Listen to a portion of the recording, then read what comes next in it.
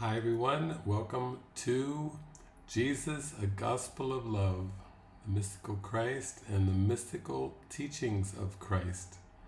We are going deep within and clearing away the cobwebs of judgments, of grievances, of preconceptions, all concepts, emptying the mind of concepts to come to the pristine, pure love and light of Christ and God.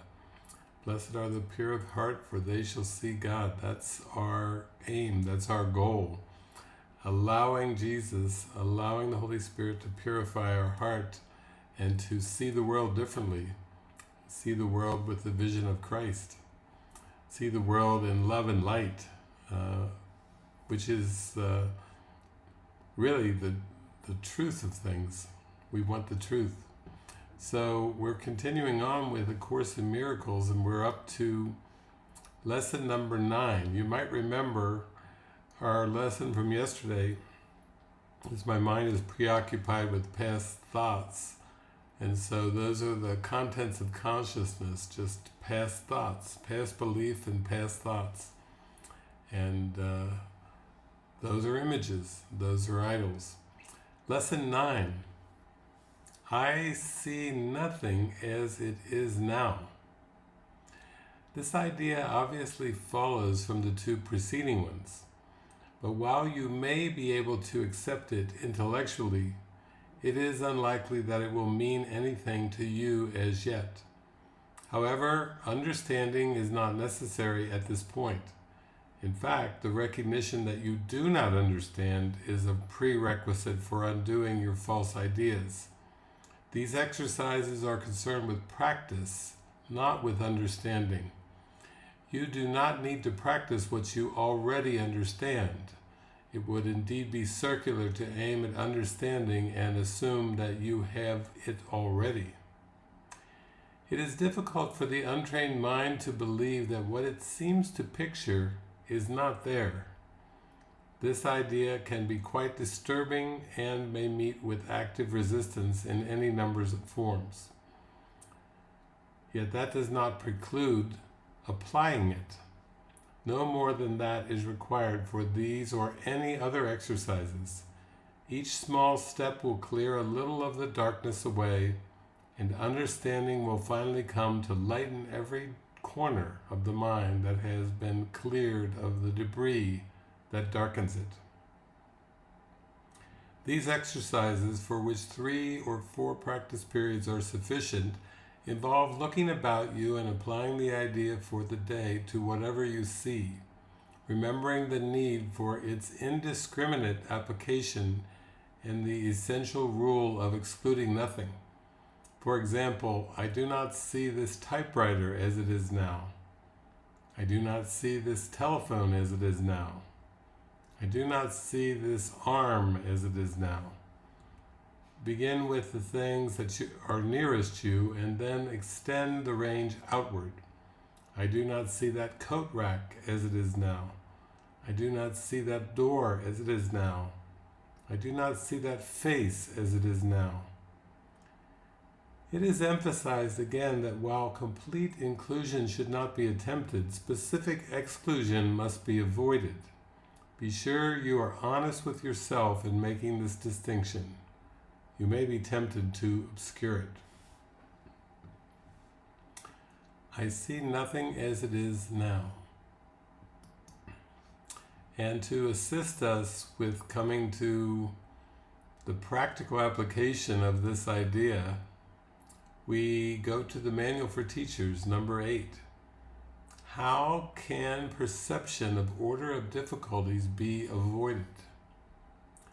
The belief in order of difficulties is the basis for the world's perception.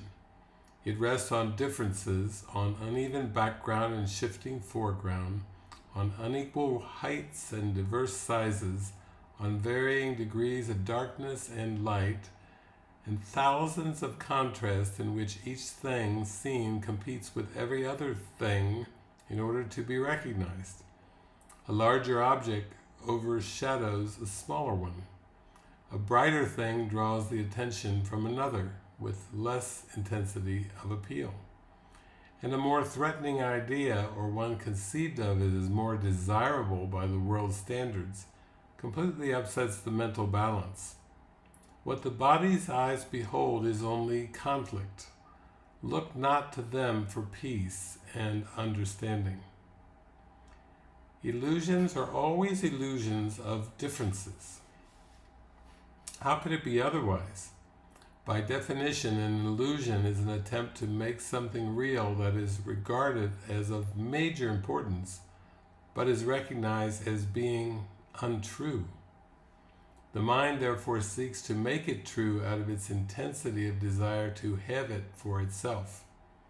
Illusions are travesties of creation, attempts to bring truth to lies. Finding truth unacceptable, the mind revolts against truth and gives itself an illusion of victory. Finding health a burden, it retreats into feverish dreams. And in these dreams, the mind is separate, different from other minds, with different interests of its own, and able to gratify its needs at the expense of others. Where do all these differences come from? Certainly they seem to be in the world outside. Yet it is surely the mind that judges what the eyes behold. It is the mind that interprets the eye's messages and gives them meaning. And this meaning does not exist in the world outside at all. What is seen as reality is simply what the mind prefers.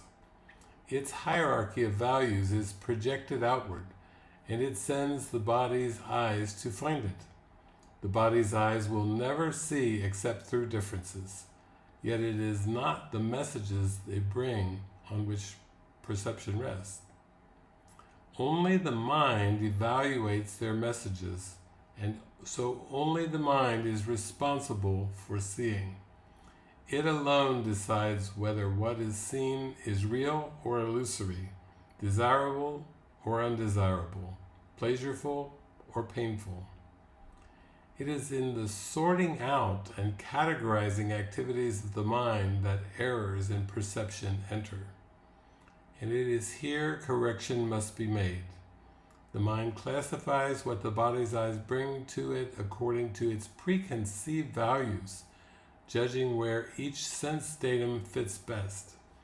What basis could be faultier than this? Unrecognized by itself, it has itself asked to be given what will fit into these categories.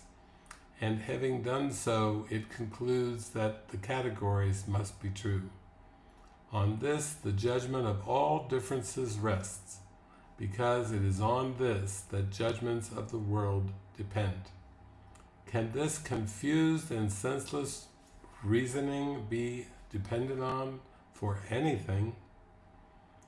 There can be no order of difficulty in healing merely because all sickness is illusion. Is it harder to dispel the belief of the insane in a larger hallucination as opposed to a smaller one? Will he agree more quickly to the unreality of a louder voice he hears than to that of a softer one? Will he dismiss more easily a whispered demand to kill than a shout? And do the number of pitchforks the devils he sees carrying affect their credibility in his perception? His mind has categorized them all as real, and so they are all real to him. When he realizes they are all illusions, they will disappear. And so it is with healing. The properties of illusions which seem to make them different are really irrelevant, for their properties are as illusory as they are. The body's eyes will continue to see differences, but the mind that has let itself be healed will no longer acknowledge them. There will be those who seem to be sicker than others, and the body's eyes will report their changed appearances as before. But the healed mind will put them all in one category. They are unreal. This is the gift of its teacher, capital T teacher. The understanding that only two categories are meaningful in sorting out the messages the mind receives from what appears to be the outside world. And of these two, but one is real. Just as reality is wholly real, apart from size, shape, and time and place, where differences cannot exist within it, so too are illusions without distinctions. The one answer to sickness of any kind is healing. The one answer to all illusions is truth.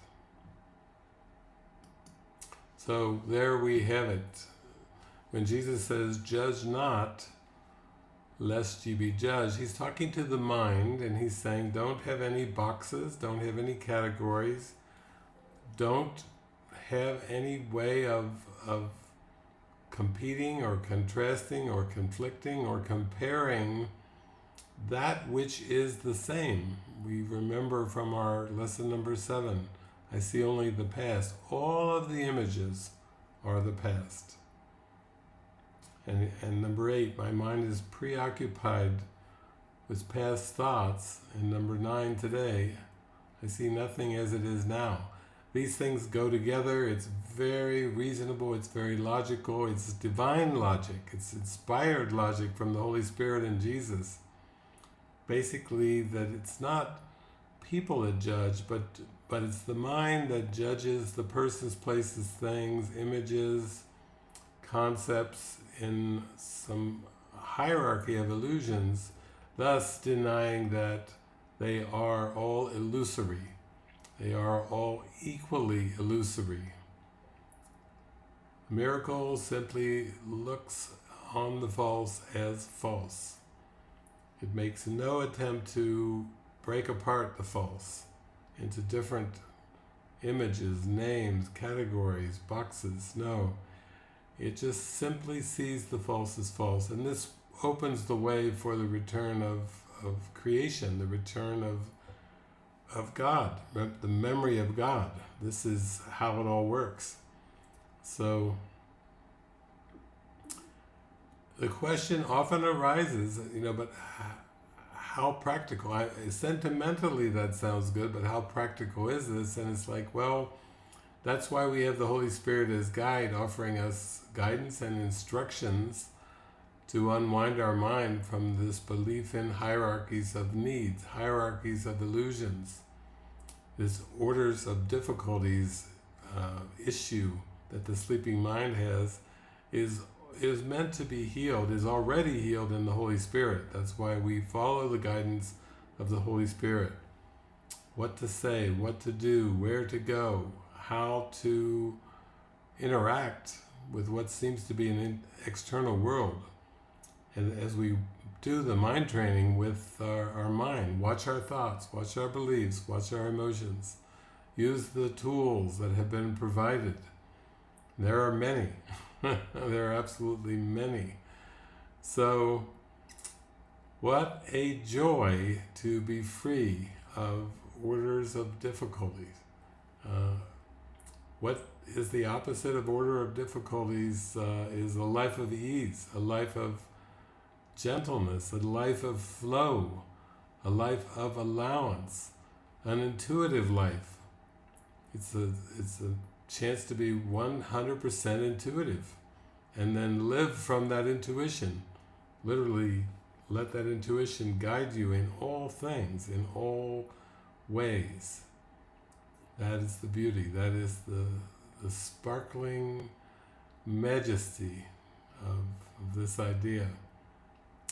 So as we practice the lesson of the day, I see nothing as it is now. We also pray in our heart to be shown the vision of Christ, to have that true vision that Jesus pointed to in the Bible, let thine eye be single. That's what we want. We don't want split vision, distorted vision, double vision, a world of multiplicity. That's just complexity. We want to truly see with our inner eye, guided by the Holy Spirit, to behold the vision of Christ. And the song of love and gratitude that's in our heart. So we go our way today, practicing our lesson. I see nothing as it is now. God bless you. Have a beautiful day. Shine your love. Shine your light.